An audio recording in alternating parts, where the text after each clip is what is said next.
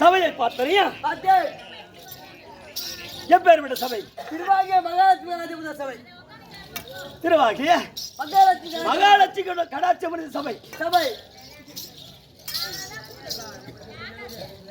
இந்நாட்டுக்கே பொன்னாடாக விளங்கும்படியான இன்னும் நம்மை போல நாடகத்துறையிலே கலைஞராக இருக்கும்படியான ஜெகநாதன் அப்பார் அவர்கள் எமக்காக வேண்டி 51 வாசல் வைத்திருக்கின்றார். ஆண்டவர் குடும்பத்திலே இந்த சாச்சா எபெருமாள் துணையிருந்து நோயற்ற வாழும் குறைவில்லாமல் செல்வமும் வாழ வேண்டும் என்று அந்த எம்பெருமான பிரார்த்தனை செய்கின்றேன். இந்நாட்டுக்கே பொன்னாடாக விளங்கும்படியான என் தம்பியாக விளங்கப்பட்ட வெங்கடேசன் எமக்காக வேண்டி 101 வாசல் வைத்திருக்கின்றார். அன்னவர் குடும்பத்திலே திருப்பதி மலைவேலுக்கக்கூடிய சாச்சா எபெருமாள் அவர் குடியிலே இருந்து நோயற்ற வாழ்வும் குறைவில்லாமல் செல்வமும் மென்மேலும் வளர வேண்டும் என்று இறைவனை பிரார்த்தனை செய்கின்றேன். இருக்கட்டும், பரவாயில்ல, உனக்கு ரோனே இல்லை, நீ வரல. அது போய் ஏய்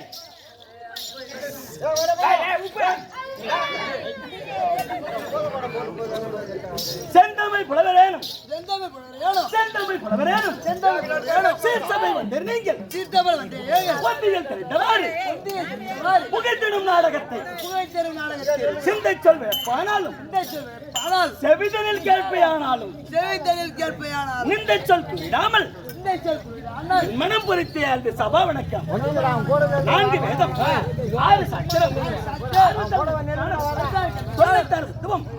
18 புராணம் இதை கற்றுண்ட தந்தை மகளுக்கும் அமைந்த தமக்கை வாழ்வு சங்கத்திற்கும் இன்னும் நம்மை போல நாடக வீரர்களுக்கும் அயலூரில் வந்திருக்கின்ற அனைவருடைய நல்ல உள்ளத்திற்கும் என்னுடைய பணிவான வணக்கம். ஏண்டா, சபைக்கு வந்தேன். யாரு? என்ன விளக்கம்? ஐயா, நீ யாரு? கையில கோலா இருக்கிறீங்க. அதிகாரம் எனக்கு தெரிஞ்சாலும் சபையார் அனைவரும் விளக்கம். விளக்கம் தெரியாது. ஒடியா தெரிவிக்கிறேன்.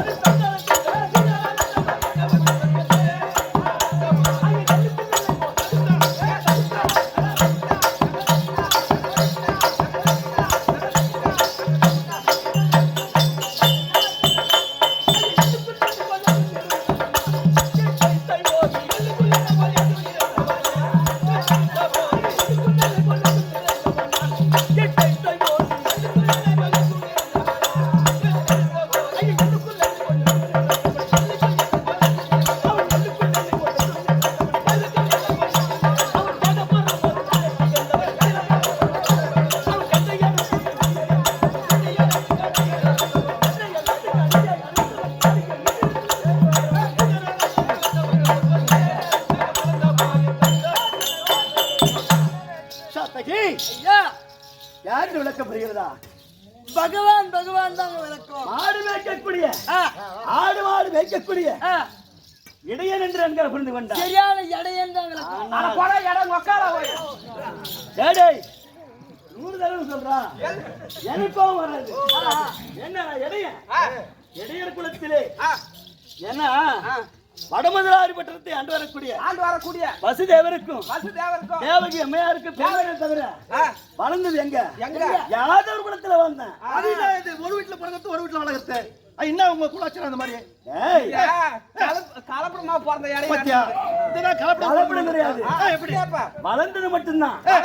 எப்படி என்றால் என்னுடைய அம்மாடைய கம்சன் என்னை கொல்லும் பொருட்டாகவே, ஏன்னா எனக்கு முன்பதாக 7 பேர் பிறந்தாங்க. அனைவரும் தூக்கி வீசுவான். வாழாத்தால ஒரே வெட்டு முடிஞ்சு போச்சு. ஆமா. ஆனால் நான் 8ஆம் போராக கண்ணனாகவே பிறந்த துவாபர யுகத்தில் கண்ணனாக பிறந்து ஆயர்பாடியில் வளரும்படியாக நான் வளர்ந்தேன். சில காலம் வளர்ந்து 8 வயதில் அம்மா நாயகி கம்சனை மடித்தீர்கள். தகடாசுரனை மடித்தீர்கள். அரைக்கு பூதகையை மடித்தீர்கள். அப்படி மடித்து ஏன்னா இது சொல்லினே போலாம், நேரம் கிடையாது. வானா அப்படி இருந்தாலும் அப்படி மடித்து இப்போ இது எதற்காக இந்த குலத்தில் பிறந்தேன்? எதற்காக? தேவகி வீட்டுல வளர்ந்தேன் தெரியுமா? ஊர் சோறு தின்னு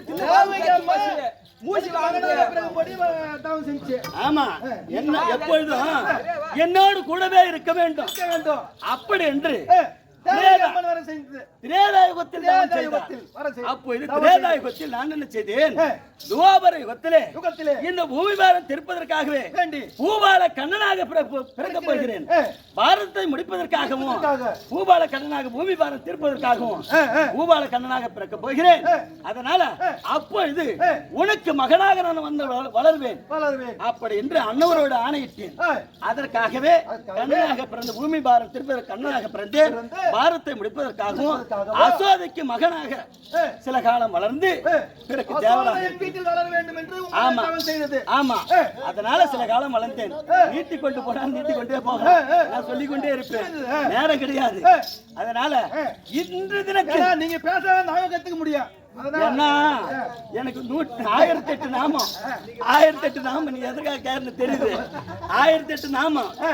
ஆனால் சீதரன், நந்தன், முகிந்தன், வைகுந்தன், வாசுதேவன், பக்தவச்சலன், பாண்டவர் தூதன், தாமோதரன், அப்படி என்று 1008 நாமம் சொல்லிக் கொண்டே போகலாம்.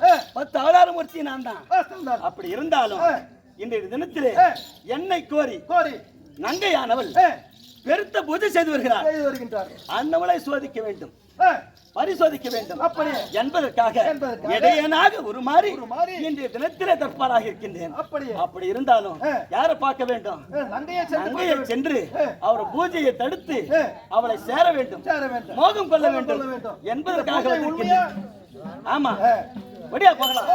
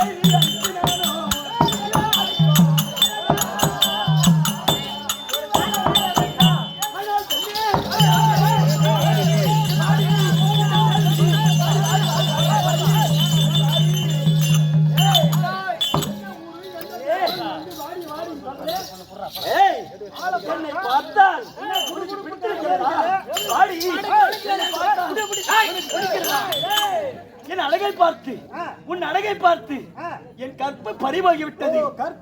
பறிபோகிவிட்டது. தன்னந்தனமாக இருக்கின்றாயே, உன் மீது காதல் மோகம் வந்து விட்டது.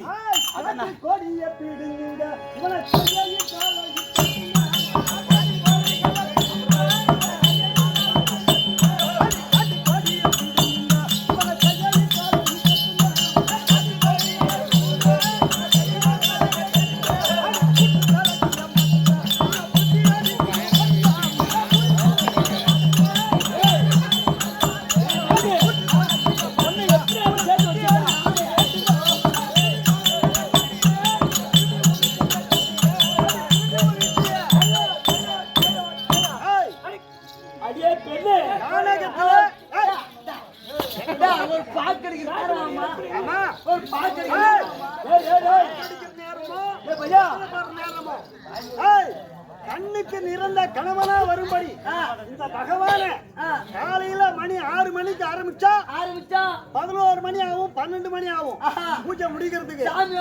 ஆமா, அத மாதிரி பூஜை செய்து கொண்டு இருக்கிறேன். உங்களை பார்த்தா அவன் என்ன பூ மாட்டுக்கார மாதிரி இருக்கிறான், நீ என்ன பாலுக்கு செத்தவன் ஆட்டம் பிச்சுக்கான்.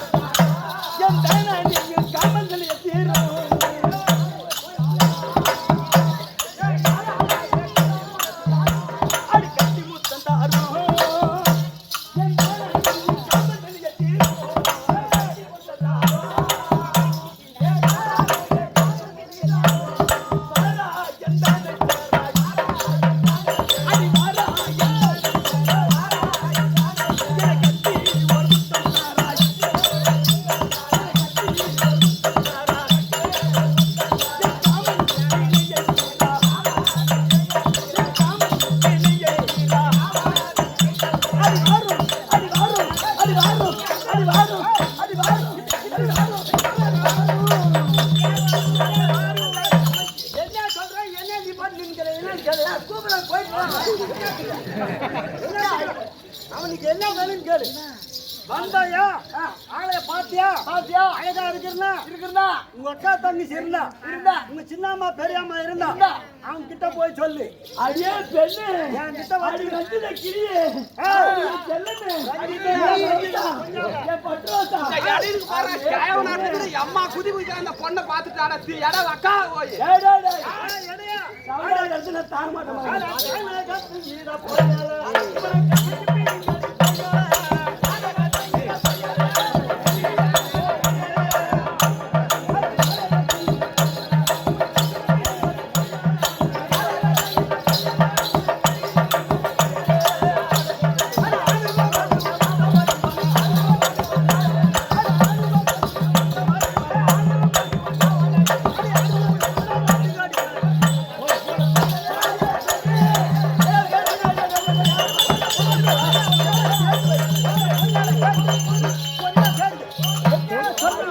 என்ன சொல்றேன் போடு, அவரையும் போடு, அவரும் பொண்ணு கேக்குது.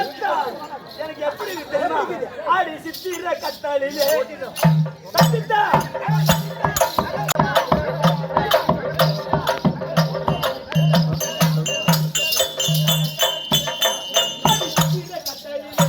நம்ம தந்தையில் வருமா?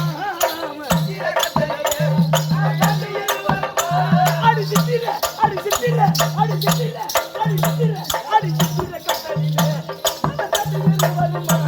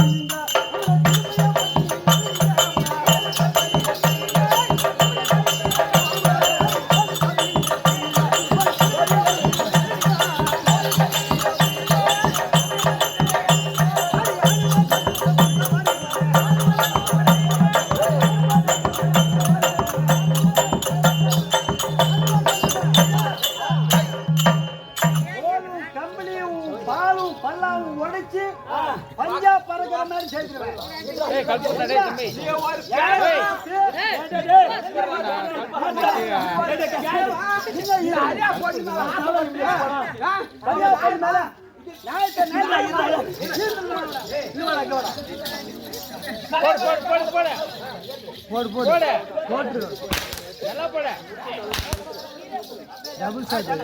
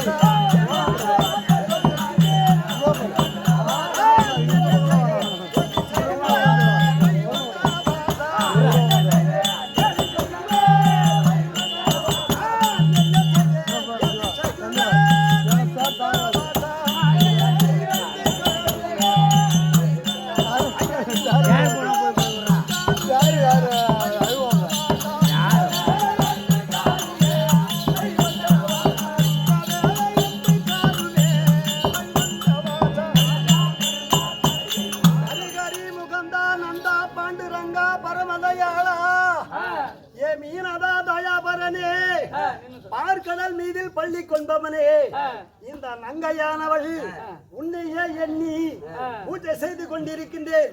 எனக்கு வந்து காட்சி அளிக்க வேண்டும் சுவாமி.